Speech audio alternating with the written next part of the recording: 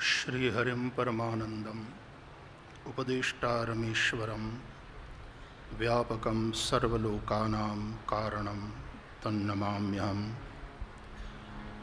रामाय रामभद्राय रामचंद्राय वेदसे रघुनाथाय नाथाय सीतायाः पतये नमः। श्री हनुमते नमः। श्री गुरुभ्यो नमः। पूज्य बाबू, पूज्य स्वामी परमात्मानंद जी महाराज, वंदनीय संतो, रामकथा ने सुरोनो श्रृंगार करी रहेला सौ संगीतकारो, सद्भावनाना आ यज्ञ साथे जोड़ाયેલા બધા જ ખૂબ સ્તુત્ય પ્રવૃત્તિ કરી રહેલા આ યજ્ઞના સૌ યાજકો અને આપ સૌ ભગવત કથા પ્રેમી ભાઈ બહેનો,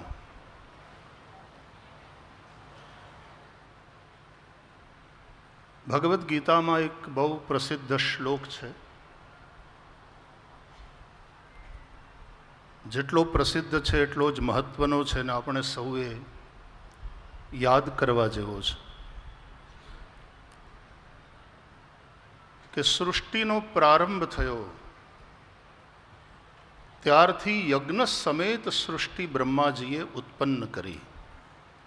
સહયજ્ઞા પ્રજા સૃષ્ટવા પુરોવાચ પ્રજાપતિ. અને પછી પ્રજાપતિ બ્રહ્મા બોલ્યા યજ્ઞ સમેત સૃષ્ટિ ઉત્પન્ન કર્યા પછી બ્રહ્માજીએ પ્રજાને એક વાત કહી, અનેન પ્રસવિષ્યદ્વમ, અનેન પ્રસવિષ્યદ્વમ એષવો સ્ત્વિષ્ટકામધુક. આ યજ્ઞ દ્વારા તમે યજન કરો, દેવતાઓનું પૂજન કરો. આ યજ્ઞ દ્વારા તમે ઋણ સ્વીકાર કરો. આ યજ્ઞ દ્વારા તમે દેવતાઓ પ્રત્યે, તમે સૃષ્ટિના પ્રત્યેક તત્વો પ્રત્યે, તમારા માતા પિતા, તમારા સમાજ, આ બધાના પ્રત્યે તમારો કૃતજ્ઞતાનો ભાવ વ્યક્ત કરો અને આ યજ્ઞ તમારી ઈચ્છાને પૂર્ણ કરનારો થશે. જેમ એમ કહેવાયું કે ખાદી એ માત્ર વસ્ત્ર નથી, વિચાર છે. એમ મને એમ કહેવાનું મન થાય કે સનાતન હિન્દુ સંસ્કૃતિમાં યજ્ઞ એ માત્ર ધાર્મિક ક્રિયાકાંડ નથી, યજ્ઞ સનાતનીઓની જીવનશૈલી છે. આપણું પ્રત્યેક કર્મ યજ્ઞમય હોય. ભગવાન શ્રી કૃષ્ણ ભગવદ્ ગીતામાં કહે છે યજ્ઞાર્થાત કર્મણોન્યત્ર લોકોયમ કર્મ બંધન. યજ્ઞ કે અતિરિક્ત જો કર્મ હૈ મનુષ્ય કે, એ જ એના બંધનમાં કારણભૂત બને છે.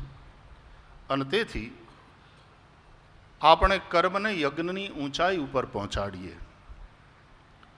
સદ્ભાવનાએ એક અદ્ભુત નવા પ્રકારનો અને અત્યંત અગત્યનો યજ્ઞ આરંભ્યો છે. પોરબંદર આવ્યા ત્યારે પણ મેં કહ્યું હતું કે આ વૃક્ષો વાવવાની વાત, જેમ આપણે વૈષ્ણવો ચુંદરી મનોરથ કરતા હોઈએ છીએ જમનાજીનો, એમ પૃથ્વી માતાનો આ ચુંદરી મનોરથ છે. એક લીલી સાડી માં પૃથ્વીને પહેરાવવાની વાત છે. કોરોનાના વિકટ સમયમાંથી સંપૂર્ણ વિશ્વ પસાર થયું. આપણે પણ એ વિભીષિકાને જોઈ, કેટલેક અંશે અનુભવી પણ ખરી. જે ભોગ બન્યા એના ફેફસા જ્યારે સંક્રમિત થાય અને બરાબર શ્વાસોશ્વાસની ક્રિયા ન થાય ત્યારે કઈ સ્થિતિ થાય છે એ અનુભવ્યું. આ વૃક્ષો ખેંચી લેવા, આંચકી લેવા, કાપી નાખવા એ કોઈક ને કોઈક જગ્યાએ માતા પૃથ્વીના ફેફસાને નુકસાન પહોંચાડવાનું પાપ કરવા જેવું છે. અને એટલા માટે આપણા ઋષિઓએ આપણા શાસ્ત્રોમાં અકારણ વૃક્ષચ્છેદન એ પાપ છે એવું કહ્યું. આપણે ત્યાં વૈદો, આયુર્વેદ એ ઉપવેદ છે આપણો.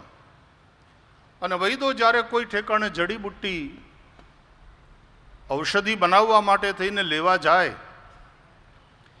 એ પહેલાં જ્યાં એ જડીબુટ્ટી હોય ત્યાં જઈને પહેલાં એને નોતરે, એને નિમંત્રણ આપે, એને આગવી જાણકારી આપે અને એમ કહે કે આ દિવસે અમે તમને લેવા આવશું.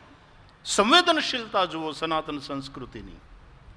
અને પછી તે વિશિષ્ટ નક્ષત્રમાં, કારણ કે દરેક ઔષધિના એના નક્ષત્ર હોય છે વિશિષ્ટ, અને એ બધા નક્ષત્રોના સ્વામી ચંદ્રમા છે, એટલે ઔષધિઓના સ્વામી પણ ચંદ્રમા છે એવું આપણા શાસ્ત્રો કહે છે. અને તે નિશ્ચિત થયેલા દિવસે ત્યાં જઈ એ જડીબુટ્ટીનું અથવા તો એ વનસ્પતિનું પહેલાં પૂજન કરે અને પછી એને કાપતા પહેલાં કે ઉખેડતા પહેલાં એની ક્ષમા માગે. આ સંવેદનશીલતાની પરાકાષ્ઠા છે. આપણે સવારના ઉઠીએ અને જમીન ઉપર પગ મૂકીએ પહેલાં માતા પૃથ્વીને આપણે નમસ્કાર કરીએ છીએ. આ કૃતજ્ઞતાની સંસ્કૃતિ, આ જીવનશૈલી એ યજ્ઞ છે. તો એક વિશિષ્ટ યજ્ઞ સદ્ભાવનાએ આરંભ્યો છે.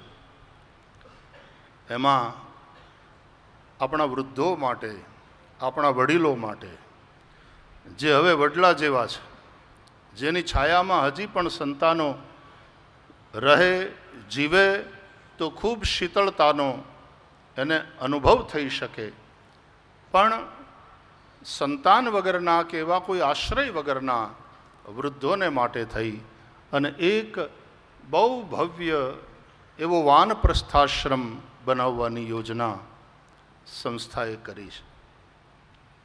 કદાચ ભારતની આ એક વિશિષ્ટ અને મોટામાં મોટી આ પ્રકારની વ્યવસ્થા અહીંયા થશે અને બધાએ ખૂબ ખૂબ એમાં ઉલટભેર ઉત્સાહ સાથે અને કૃતજ્ઞતા સાથે આહુતિ આપવાનું શરૂ કર્યું છે. મને એવું લાગ્યા કરે કે બ્રહ્મચારીઓ માટે પણ ગુરુકુળો છે, એના માટેની વ્યવસ્થા છે. બ્રહ્મચારીને પણ ભિક્ષાટનની છૂટ છે. ગૃહસ્થો પોતપોતાનો કર્મયોગ કરે છે અને એના દ્વારા અર્થોપાર્જન કરે છે. એમાંથી 10% પરમાર્થમાં ખર્ચે પણ છે. આવા સારા કાર્યો થતા હોય એમાં આહુતિ આપે છે. સંન્યાસ પરંપરાના સંન્યાસીઓને આપણે ખૂબ આદર સાથે, શ્રદ્ધા સાથે પ્રણામ કરીએ છીએ. એમણે તો અગ્નિને સ્પર્શ કરવાનો હોતો નથી, એટલે એમને આપણે ભિક્ષા આપીએ છીએ અથવા તો એમને ભિક્ષાની ભંડારાની વ્યવસ્થા સમાજ કરે છે. પણ વચ્ચેનો જે ત્રીજો આશ્રમ છે વાનપ્રસ્થ, એમાં જે વડીલો છે એ તો કંઈ ભિક્ષાટન પણ કરી શકે નહીં, એ કોઈની સામે હાથ પણ લંબાવી ન શકે.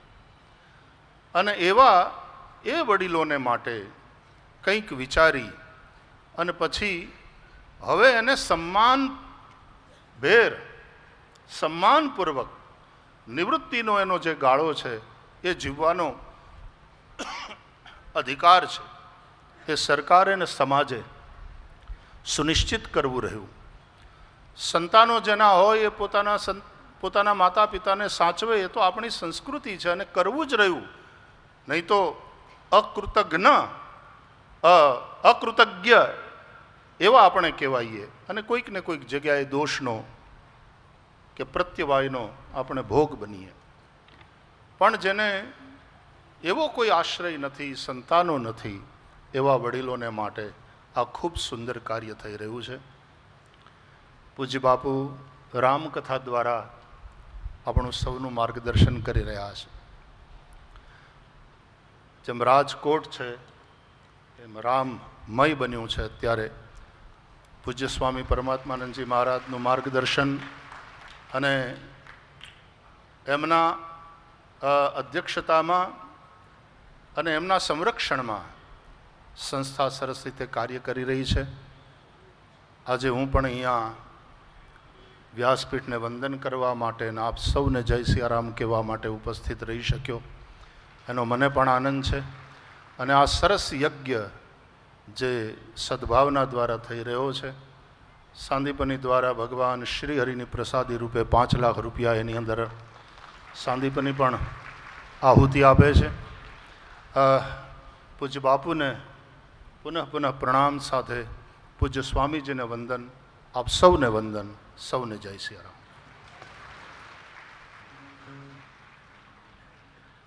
જય શ્રી કૃષ્ણ, જય સિયારામ.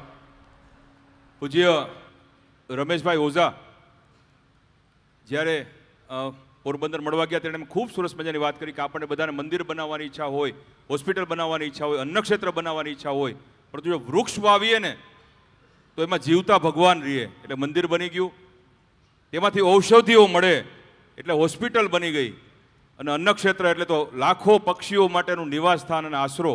એટલે હોસ્પિટલ આપણે આશરો પણ અન્નક્ષેત્ર પણ થઈ ગયું અને ધર્મશાળા પણ થઈ ગઈ. તો ચાલો સૌ સાથે મળીને વૃક્ષો વાવીએ, ઉછેરીએ. હું વિજયભાઈ ડોબરિયા, અંકુરભાઈ અને વરસાણી સાહેબ અને કેતનભાઈ પટેલને વિનંતી કરું કે પૂજ્ય ભાઈશ્રીના 5 લાખ રૂપિયાના આશીર્વાદ આપણા સૌ વતી નિમિત્ત ભાવે કર્તવ્ય પાલન તરીકે સ્વીકારે.